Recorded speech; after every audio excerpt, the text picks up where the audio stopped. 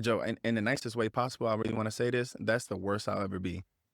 The worst I'll ever be. Yeah. And for whoever who's gonna watch this, that's the worst I'll ever be. Just think about it. 14 seconds. And then now think about if you're gonna put some time into me, some effort into me, and I'm putting effort into myself. That dirty boxing is probably the weakest I'll ever be in the sport of MMA. Welcome to Rogan Recap Show, where we squeeze a 2 hours and 15 minutes episode into about 15 minutes. So you catch the big ideas, the wild moments, and the takeaways in one quick hit. This time, Joe sits down with Olympic gold medal wrestler turned heavyweight wrecking ball, Gable Steveson, on the MMA Show. They cover how a kid literally named after Dan Gable became one of the best wrestlers on earth, dabbled in the NFL and WWE without ever playing high school football, and is now aiming straight at the top of the UFC heavyweight division. Along the way, you get inside Jon Jones's training camps, the reality of fame and temptation for fighters, and why Gable thinks what you've already seen from him is the floor, not the ceiling. If you've heard the hype about the next Jon Jones of heavyweight wrestling, but don't have 2+ hours to sort out whether it's real, this recap gives you the signal without the noise, who Gable is, how legit he looks in MMA, and whether this is the guy who can drag the heavyweight division back into a true golden era. First, Gable Steveson is not a manufactured prospect. He's the real Olympic gold, lifelong wrestling deal. He explains how his mom literally named him Gable Dan after hearing Dan Gable's name echo through an Iowa wrestling tournament, and his career wound up mirroring the legends, minus the MMA part. Wrestling became his universe. Iowa-style grind in his dad's garage, University of Minnesota dominance, then an Olympic gold where he says he deliberately didn't even watch tape on opponents. He just walked into Tokyo thinking, it's me or you, and I'm not dying in this tournament. I never watched anybody. I went to the Olympics and I said, show me the guys I'm wrestling, and I said, let's do it. You know how many guys I right said, now let's are do just it. Come on. banging their head against the wall, listening to this, going, Like, "What the damn, fuck?" he did that to me? That's crazy. I said, let's do it. I said, it's me or you, it's do or die. And this tournament, I'm not dying. Then comes the wild left turn. He goes straight from that to the NFL, without ever having played organized football. His mom had always blocked high school coaches because she was terrified of football. So Gable's very first snap in pads happens in a Buffalo Bills tryout.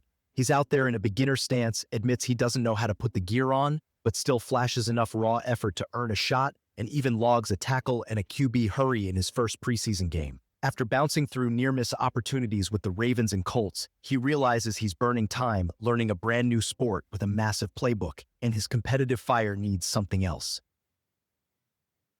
That something else briefly becomes WWE. Gable's honest about it. He liked everyone there, had no beef with the company, but he couldn't give 100% to sports entertainment while still feeling that itch to truly compete. In his words, if he wasn't going all in on the business, they might as well cut him. He still sees a future where, after he's done real damage in MMA, ideally as UFC heavyweight champ, he circles back to pro wrestling.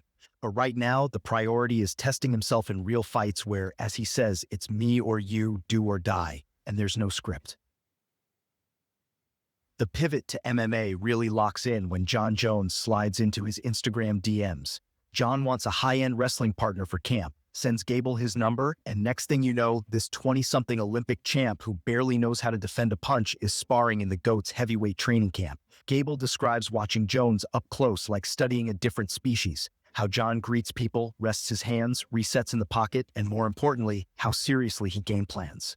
Jones doesn't take short notice fights. He studies opponents' tendencies obsessively and then treats camp like installing software. And he does it to me now where he'll send me videos on Instagram of the top UFC guys, be like, oh, watch how he steps, watch when he throws a punch, how he comes back and he doesn't reset this certain way.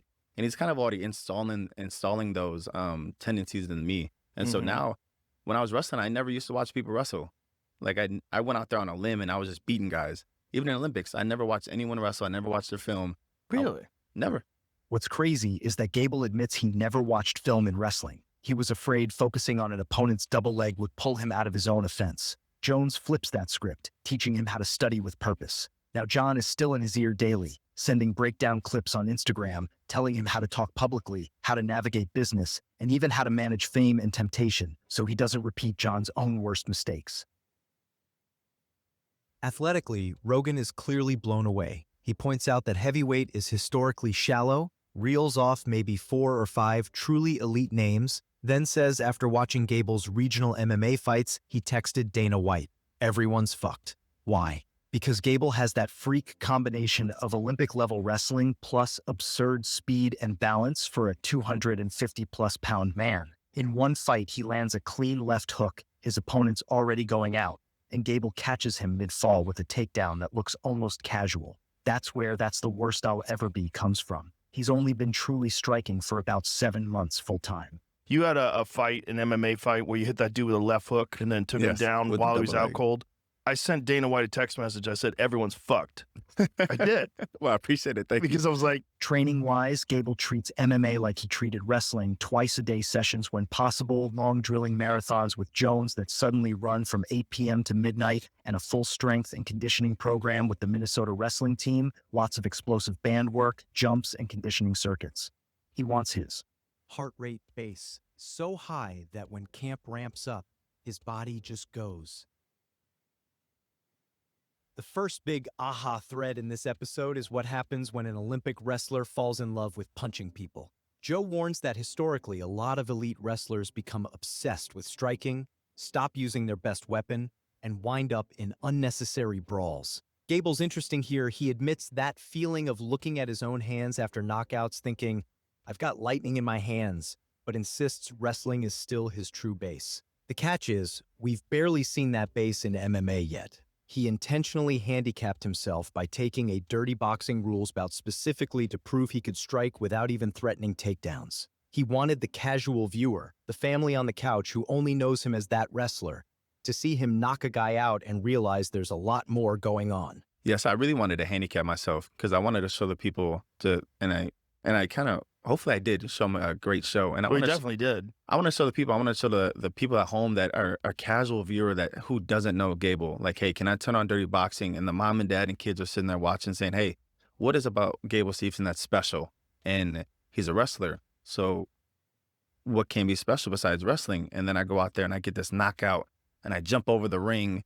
The deeper tension is psychological. He says wrestling will always be his best base, but there's something intoxicating about getting finishes with your second best weapon. His stated long-term aim is actually to show that he doesn't need to lean on wrestling early, because once people are terrified of both the takedown and the hands, they're in the same kind of no-win situation Islam Makhachev or Khamzat Chimaev create. Joe loves this because in his eyes, if you're dedicated enough to win Olympic gold in wrestling, you have the mental wiring to become elite at almost anything, even if the second discipline starts later. That's the underlying argument. What happens when you bolt that obsessive grind through anything wrestler mindset onto heavyweight class speed and natural power? The other big thread is about what happens off the mats once a guy like this blows up. Gable is candid that he's already been around a lot of people, sees the leeches and bad actors, and is trying to figure out how to balance "I'm the guy" confidence with constantly hitting reset and staying grounded. He asks Rogan directly, how do you keep your head straight when the attention and offers start to spike? Joe's answer is brutal and practical. He tells Gable his attention is like a finite currency, maybe 100 units of focus, and anything that pulls focus away from the craft of excellence is literally stealing from his future greatness. Dumb social media beefs, mental coaches he doesn't need, chaotic relationships, Hollywood temptations, that's all holes in the bottom of the boat. Rogan points at cases like Ronda Rousey and Conor McGregor, where Hollywood and endorsements started to compete with fight preparation, and at a pride fighter whose girlfriend would start fights the night before big bouts just to hijack his attention. Then he contrasts it with Jon Jones, a guy who made every possible mistake and is now trying to pass the playbook forward so Gable can dodge the worst landmines. The big insight is that Gable seems to understand this early. He talks about keeping his circle tight, just a handful of coaches in college, now Jones, and a small crew in Minneapolis and at Jackson Wink, and says flat out that he doesn't want a crowd of extra breathwork coaches or mental gurus muddying the water. For him, excellence is the main obsession. The belt, the money, the fame are byproducts, not the target. Time for a quick Rogan scorecard on this one. On the cursor-meter, this lands at steady F-bomb flow, classic MMA show energy, plenty of swearing, but never out of control. Rabbit hole rating is a solid 8 out of 10. Between deep dives on Jon Jones' spinning back kick, the insanity of bull riding, Vietnam heroin conspiracies, and how cocaine built Miami, the tangents run wild but mostly stay fun. And guest coherence is a 9 out of 10. Gable's surprisingly grounded for a 25-year-old freak athlete, with clear goals and a real awareness of how fast this all could go sideways if he doesn't protect his focus. If you've made it this far, you've basically sat through Gable's entire origin story, Jon Jones' camp secrets, and a crash course on fighter fame, without spending 2 full hours glued to the podcast. If this helped you size up whether Gable Steveson is the real problem in a shallow heavyweight division without burning your whole afternoon, hit like so other time poor Rogan fans can find it. Make sure you're subscribed for more 15-minute breakdowns of every JRE run, from stand-up killers to heavyweight scientists to full-tilt conspiracy theorists. Everything gets distilled into one quick hit. Drop a comment with who you think matches up best with Prime Gable in the UFC. Is it Tom Aspinall, Cyril Gane, a returning Francis, or some Dagestani monster we haven't seen yet? And as always, the full episode link is waiting for you in the description if you want the uncut ride.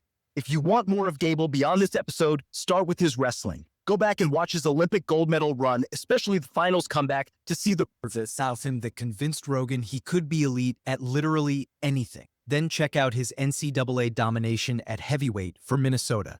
It's basically a highlight reel of what happens when a guy with fast twitch speed and gas tank cardio lives on top of the college ladder. For the combat sports side, look up his dirty boxing appearance and early regional MMA bouts. That's where you'll see the quick left hook, the freaky double leg timing, and that effortless leap over the ropes Rogan can't stop replaying. And if you're curious how he handles the entertainment world, hunt down his WWE match to compare scripted Gable with the ultra-competitive version he's now bringing into MMA. Big picture, this episode isn't just Olympic wrestler wants to fight now. It's about what happens when a once-in-a-generation talent tries to build a career with both Jon Jones' fight IQ and a hard lesson-driven roadmap for avoiding Jon Jones' off-camera mistakes. It's also about how thin heavyweight really is at the very top, and what it would mean if someone with Gable's mix of youth, speed, and wrestling actually stays disciplined for a decade. The lingering questions: will he really keep wrestling as his primary weapon once the knockouts start stacking up? Can he navigate the fame, temptations, and business politics that come with being the UFC's next IT heavyweight? And how long before he's not just a prospect, but the guy everyone else in the division is quietly ducking?